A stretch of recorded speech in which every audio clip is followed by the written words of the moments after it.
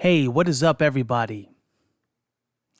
Welcome to my podcast, my retro gaming podcast, dedicated to everything old school. How is everybody doing? Retro Gaming Rewind, where we talk classic games and classic systems, from game collecting to Let's Plays to vintage finds to gaming news to mini systems to classic mini systems to remakes, retro games coming back. And today we are dedicating this episode to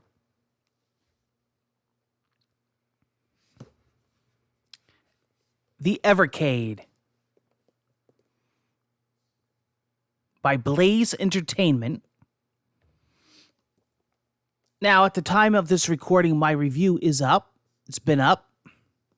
This is the premium pack here. The comes with 3 game cartridges, the system, the cable. There's the back. The Evercade. Let me actually open up this. You can see the inside. The cartridge is in my Evercade right now. There's the manual. This is the Interplay Collection, Volume 1. Nice clamshell hard case there. This is cartridge 4.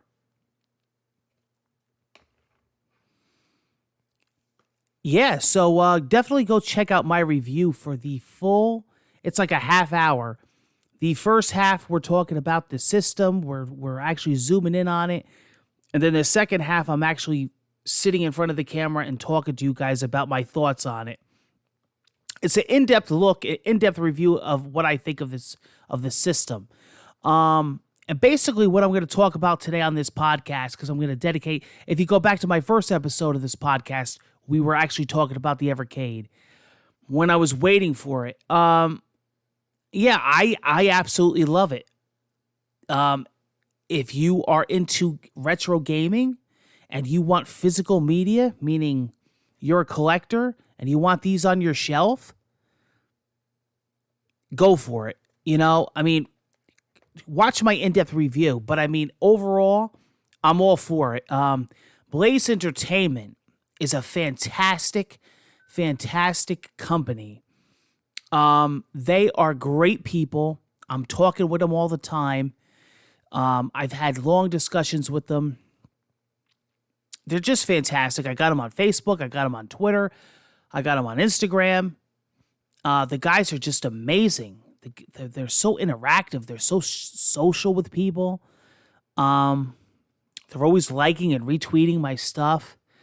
They follow me. Blaze Entertainment actually follows me now on all my social media accounts. They're just great people. And they love what their fans are doing, and they give back the support. And you know what? Right there, that means so much to me. What company can you say that about? I can't think of anybody. And you know, a lot of these idiots on YouTube are reviewing the Evercade months before it came out. They don't have it. They never even touched it. And they're talking about, oh, this sucks, and I could get a Raspberry Pi, and I could get fucking apple pie. My mother upstairs can make custard pie. They're talking about my system can hold 8,000 games, and this system can hold 3,500 games, and so what? And I got pirated games, and yeah, about 80% of them probably don't even work. It's not about that. I've mentioned this on my review. It's about the quality. It's about physical media. It's about collecting. It's about taking the time and making sure each game is properly, you know, ported and runs right. And it's just amazing the effort that Blaze Entertainment does for each single game when they fully license the game and they get the studios on board. They're doing it for the gamers. You're trying to tell me it's a cash grab. See? But if you watch the people that have the Evercade, they absolutely love it. And I think a lot of them are salty because they have these shit channels with like 2 subscribers and they can't get review units. I fucking waited. I bought my own system. You know what I mean?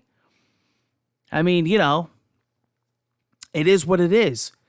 And I'm absolutely loving the Evercade. So I'm really enjoying it. I'm enjoying the games. Again, you get these systems. I talked about this on my review. One of the points that I wanted to make was that, you get these systems with these pirated ROMs, and I find that, believe me, I own them all. Been there, done that. And, you play them for like 4 or 5 seconds or 4 or 5 minutes. You go to the next game, or you don't even look at half of them. Honestly, those systems with all those games, how many have you played or go back to or spend hours on? What I find is with the Evercade, you get them in bunches. Like when you buy a cart, say it comes with anywhere from 6 to 20 games, and you really spend time with each game. And, you're going and you're learning the game. You're having fun with it. Maybe it's a game you've never experienced, or it's a game that you haven't played in like a long time. And what I find is that you enjoy the games more on the Evercade, and you spend time with them, and you're not like going through each game for a few seconds and never going back to them. That's what I find with this system. That's just me. I don't know. I've talked with a few others, and they do agree with me.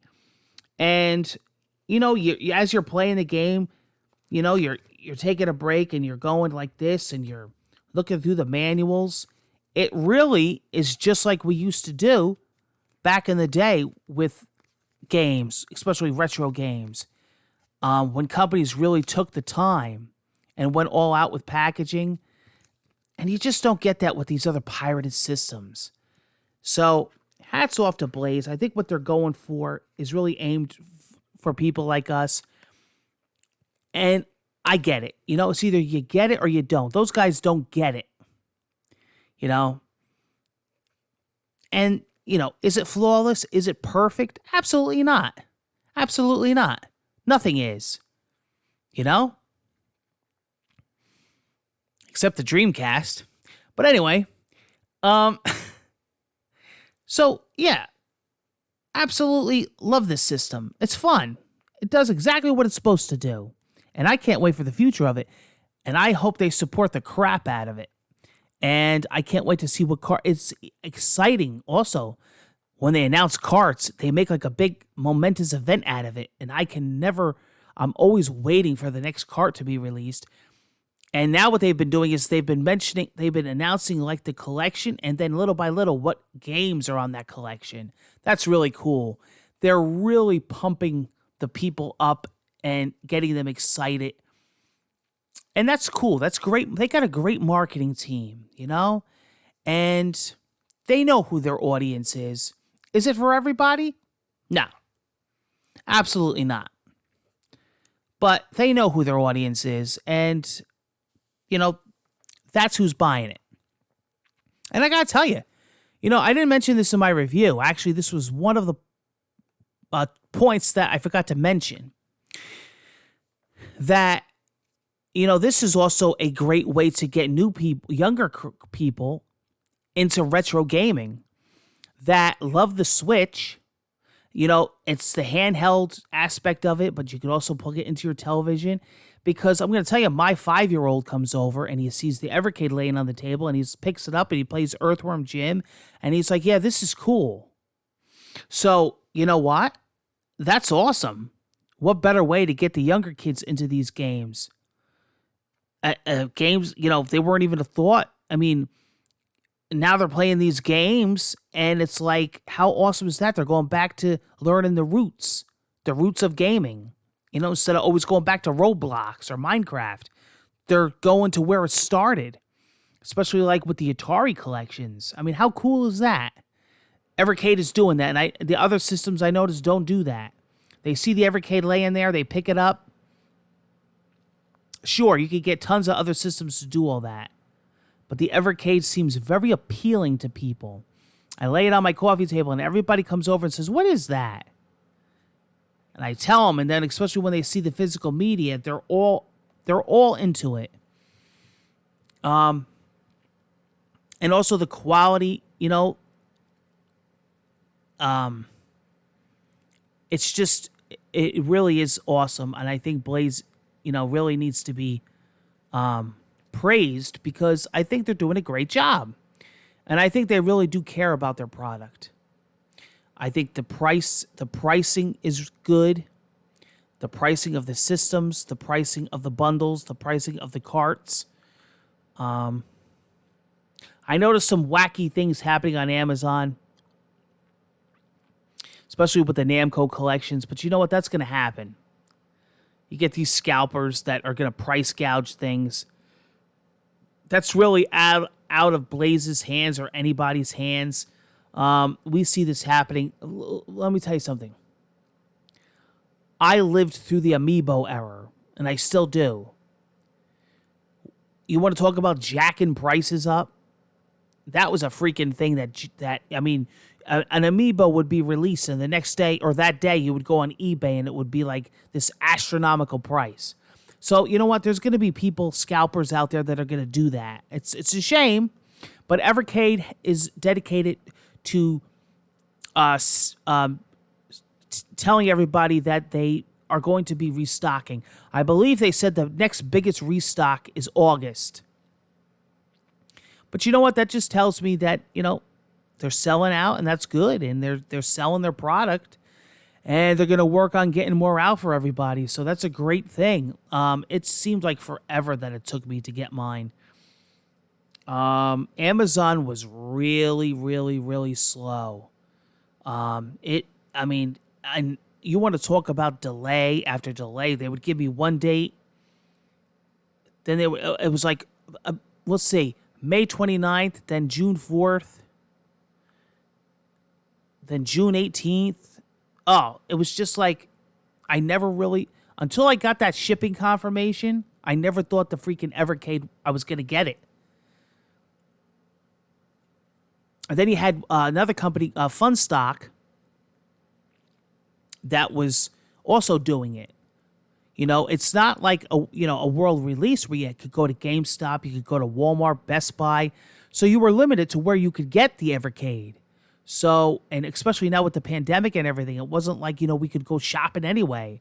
I had to rely on Amazon for so many things.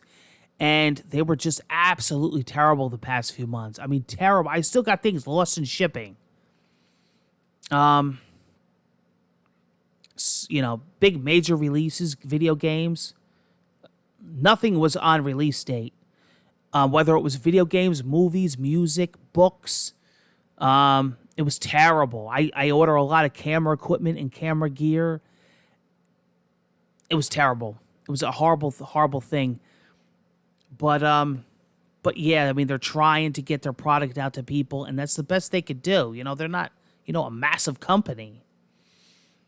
So that's great. I'm happy for Blaze. I'm happy that they're doing great things. And can't wait to see what the future is for them. And yeah, it's going to be awesome. It's going to be awesome going into the future. I'm glad I have the system, and I can't wait to see what comes out for it. I can't wait to see the new carts that are announced right into next year. I can't wait to see future collections, and also the continuation of existing collections. The volumes keep going. 1, 2, 3, 4. Keep them coming. You make them, we'll eat them. You make them, we'll buy them. You know what I mean? That's one thing about us gamers and collectors. We got serious problems. At least we admit it. You know what I mean? It's like when my wife comes home and it's like there's piles of like video games on the couch. She's like, well, oh my God. She goes, what did you do? Another eBay haul or another vintage retro pickup? We got a nice, really couple cool retro game stores around here. And it's like they closed the store down for me when I walk in. And with the pandemic and everything, everything's been closed, but now everything's starting to slowly open up again. So it's like I got to start making my rounds.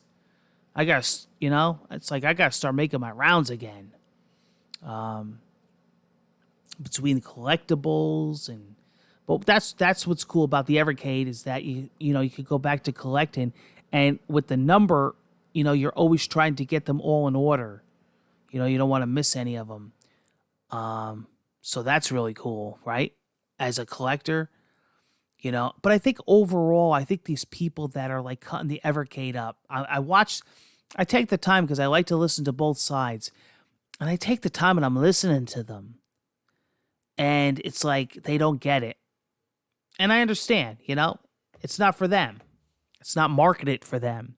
They're calling themselves a gamer, but they're not.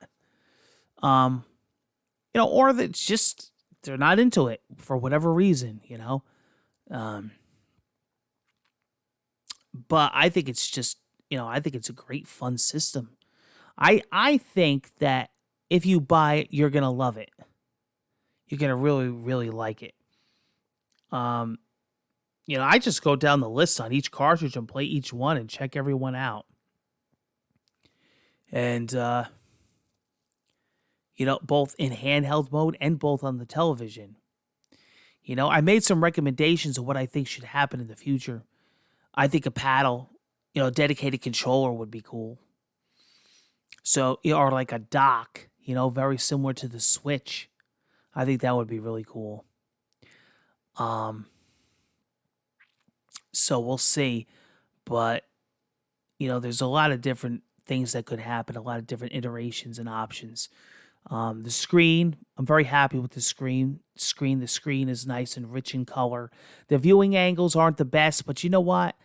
I that never bothered me with a handheld. I mean, it's not like you're going to be going like playing it and going like this or going like that. You're looking at it straightforward and doing straightforward. It's not a problem. The blacks are nice and dark. The colors are bright. The sound is incredible. The sound will freaking knock you out of the room. The volume rockers are loud. The headphones sound good. I tried it with some headphones. I got some amazing headphones. I actually tried it with a couple really high-end headphones. Really good. It's great that you could save your game at any point. The save states. They've been very, very good listening to the consumers, listening to the feedback. They already got a firmware update. There's instructions on how to apply the firmware. They're working on the next firmware. They're taking it up to the next level. They're tackling the whole button mapping issue, among other things. So that's great. It's awesome that it's not like these companies. How many times have you seen a company and they just run and gun it and they never want to hear from anybody? They never update their product. These are guys that are already working on the next firmware update, that are working on the next cartridge. They're sticking to what, they believe in. And you can't say that about a lot of companies. And it's awesome. They're dedicated. I really hope it takes off. So far, it is, from what I can see. And there's a lot of, this is the year, 2020 is overall a big, big year in video games altogether. Because you have big, big, big releases. The Last of Us Part 2, Doom Eternal, Ghost of Tsushima, Valhalla, Halo Infinite, Watch Dogs Legion, Paper Mario. But you also have the next-gen systems coming out, the PlayStation 5, the Xbox Series X. But it's also a big boom in retro. You have the Evercade. You have the TurboGrafx 16 Mini. You have the Intellivision, the Amico. You have, all that kind of stuff. So there's something for everybody this year. I think, Murray NJ08, during my Christmas specials, I have what's called my year-end specials. Every year since I've been on YouTube, go back. You can watch my awards. And every year I have an award, Game of the Year. And my game of the year is very important to me, and I take a lot of time when I decide what my game of the year is. And I don't just pull it out of a hat. And my game of the year is very important to me. Very important to me. It's something that I really, really take the time and think about. And I do play every game, pretty much every major release, indie release. You have these sites like IGN, GameSpot that they hire all these people to work for their company. I'm one person.